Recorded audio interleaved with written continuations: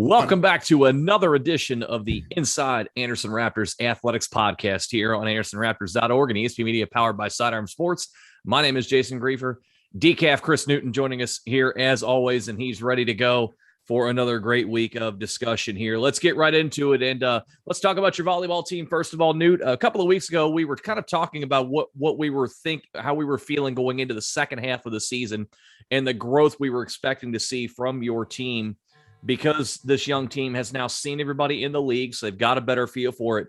And boy, I got to tell you, this far, at least in my eyes, they seem to have turned a corner just a bit. We've got wins over Winton Woods, West Claremont. We also pushed Lebanon and Kings to a tough four-set matchups there. Turpin goes 28-26 in the first set there. When we were there for that one, that was a set, could have easily won that, and who knows, things go on from there. But from my eyes anyway, it seems like they have made that turn and started to grow that confidence as well. What have you seen from that perspective? And also, what have you heard from Coach Olson? Oh, I love what's going on with our volleyball team right now. You're right. They have definitely turned a corner and have improved dramatically. This sounds crazy. I want to say, and I kept watching it. I want to say our first 12 matches went 3 sets, and that was it. We either won in 3 sets or we lost in 3 sets. So what that told me was, when we were better than a team, we put them down. When a team was better than us, we didn't fight. And that was disappointing to see that. Now I'm going to tell you what, we got girls fighting all over the place, and we got some girls stepping up. We got some more injuries going on right now. A kiddo, Callie Slusher, was just doing awesome. Now she's banged up a little bit. Ashley Clark has been fighting a bad ankle, but they keep going now. I got to tell you, the West Claremont game, that was one of the most exciting volleyball games that I've seen. And, that was a 5-setter. And again, we haven't done it. We haven't done that. Like you said, we pushed Lebanon to 4 sets. We took a set from them. We took a set from, I think it was Kings. Little Miami.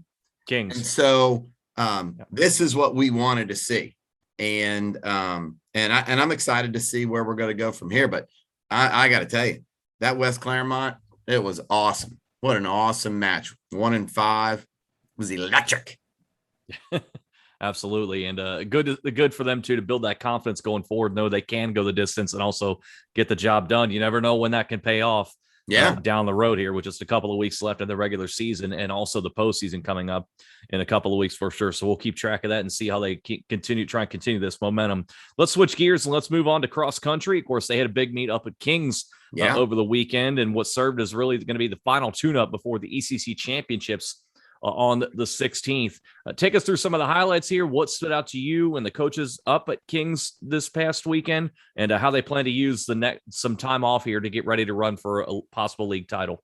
Well, like you said, this was our last meet before the ECCs. So you want to make sure things are going in the right direction. And Carrie Lee, she has set out a great plan for these kids.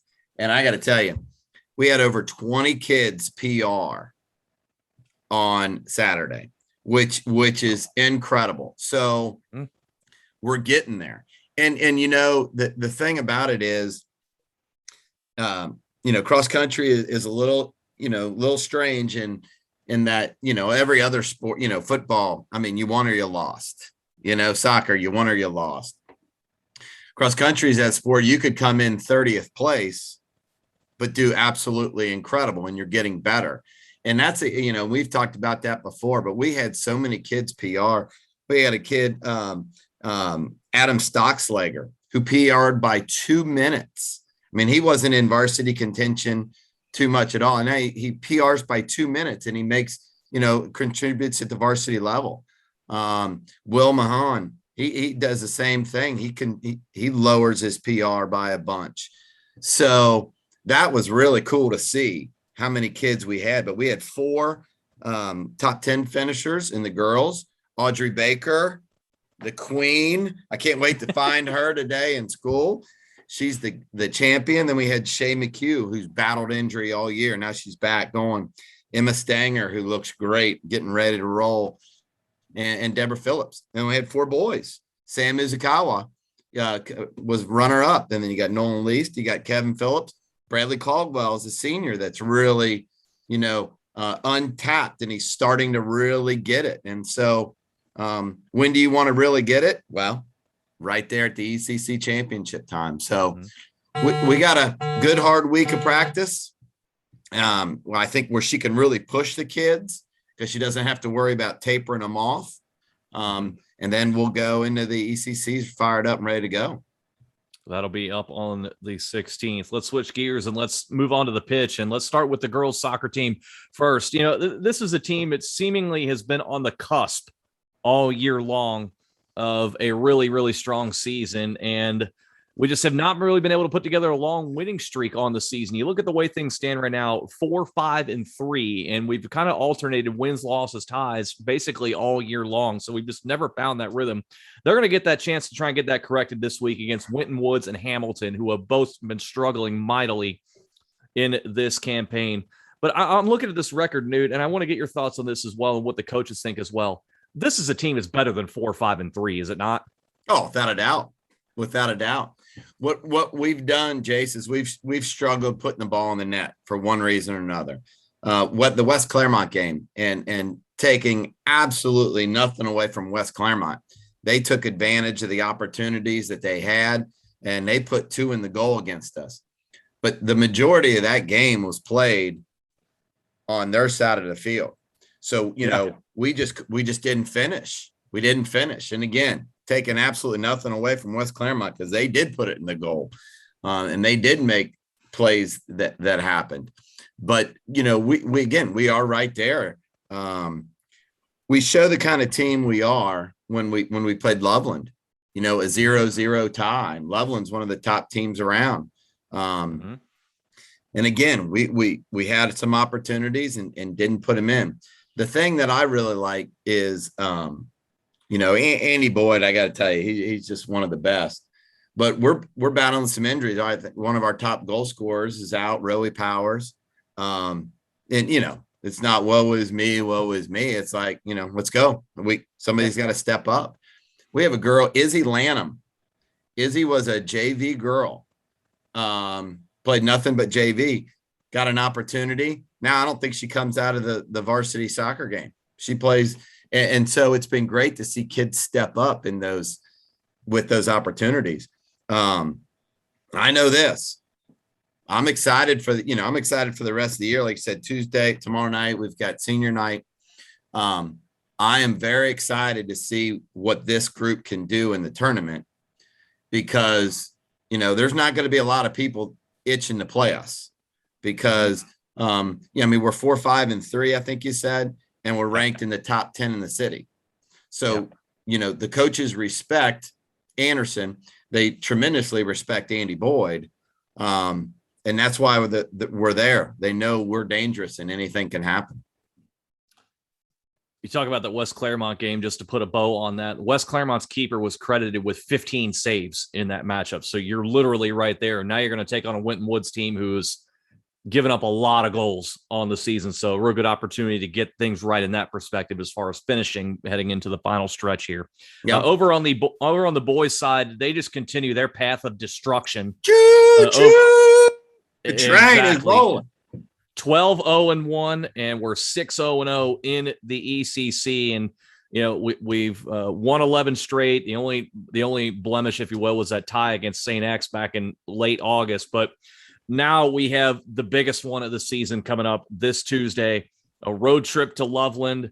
They're the only other unbeaten team in the league. This game likely decides who wins the ECC championship. If you get a draw out of it, you're still in a good spot here. If you win, it can essentially serve as the knockout below for Loveland, assuming you're able to take care of business there after that. But this is what you work for, Newt. Set this one up for us and what it's going to take for your team to go on the road here and deliver that potential knockout blow to Loveland and take a big step closer to a league title. Yeah. Well, my feelings about Sam Miller. I don't think there's a better coach anywhere in the world than Sam Miller.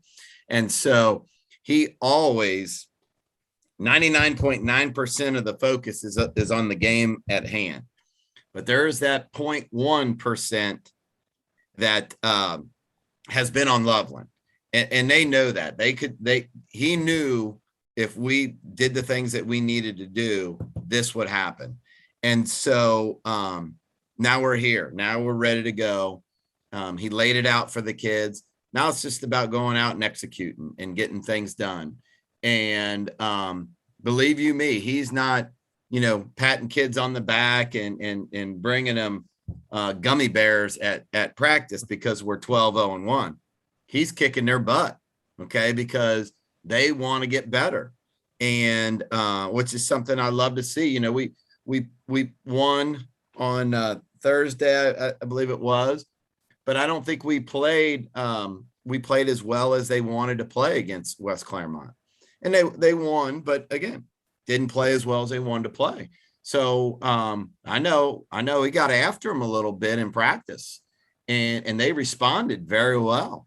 So I'm excited to see tomorrow, and it's just let's go. You got to put it in the back of the net, and Bennett Painter and Sammy Hughes and Ethan Hughes and Willie Nobles. I mean, those guys up front, they put a couple in the back of the net and things will look good, because I got to tell you, Ryan Sullivan is a brick wall back there.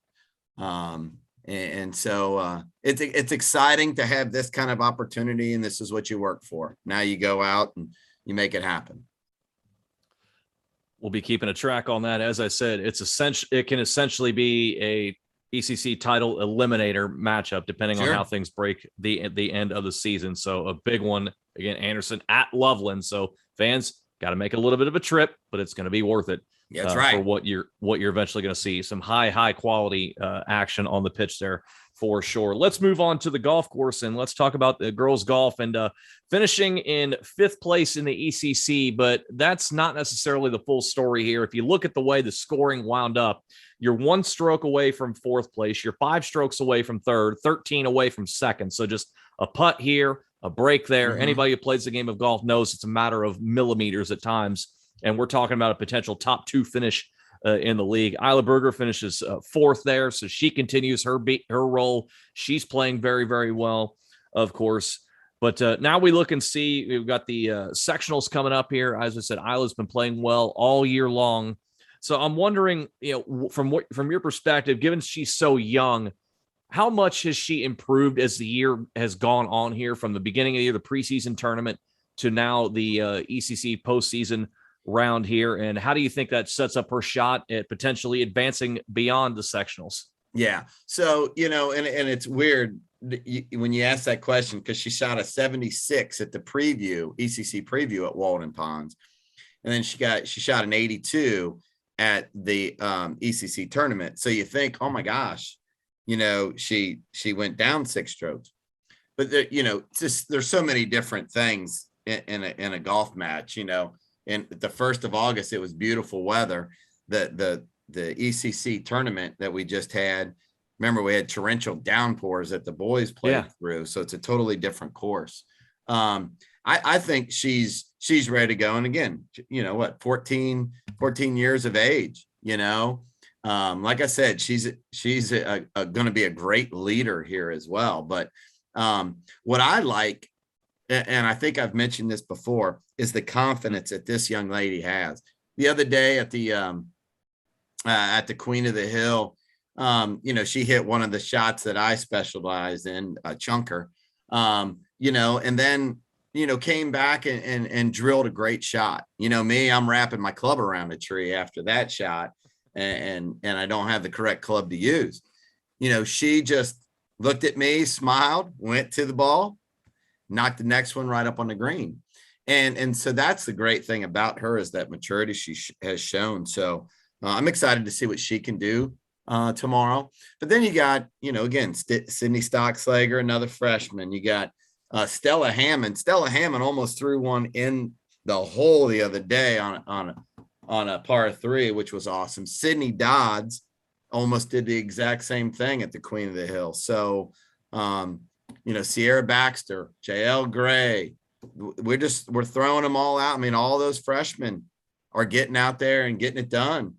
Sophie Straley. So we're just building confidence and trying to get, more experience in that. And we're going to see. I'm so excited for the future of this program. They building momentum. That's what you want, as we talked about with some of the other sports, heading the right direction at the right time, heading into the postseason. Tennis team also showing that well, heading into the postseason as well here. You've got third place showings from your doubles teams at the ECC championships here.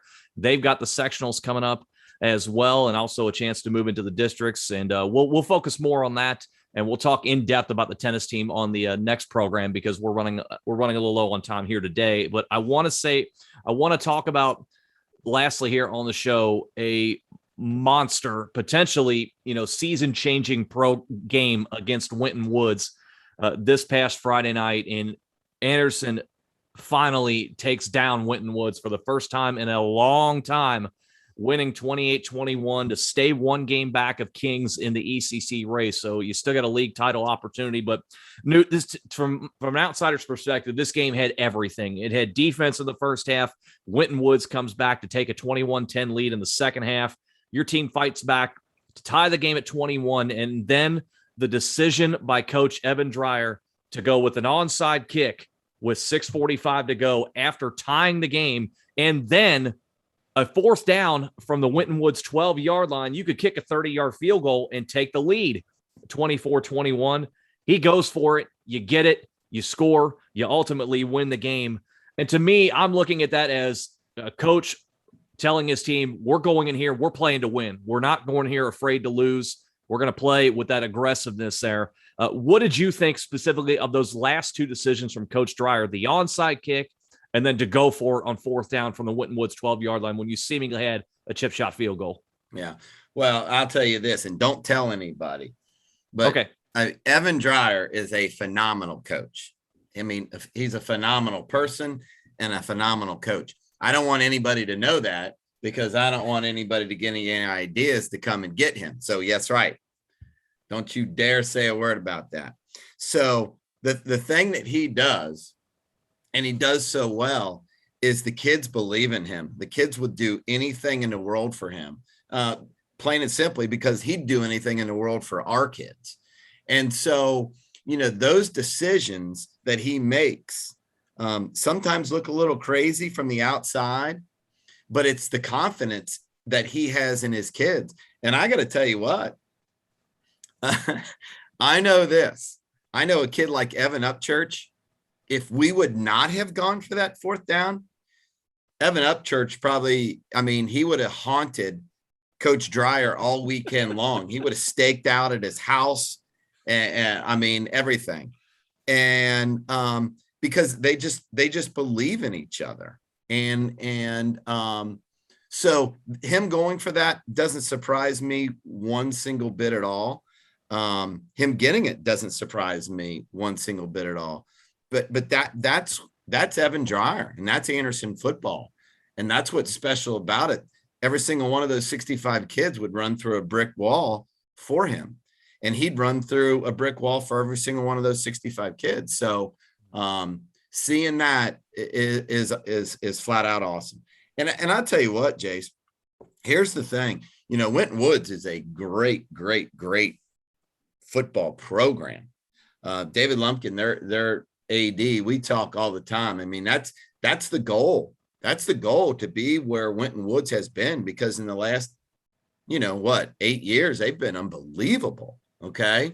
And we've had some bad luck against them. They've demolished it. They've also had a kid named Mayan Williams that they'd turn around and give the ball to, and 6 or 7 of our kids would have to tackle him. And he was a man among boys. Yeah. our relationship with Winton Woods goes way back. There used to be slobber knockers, man, when we'd get into it, and we'd beat them some.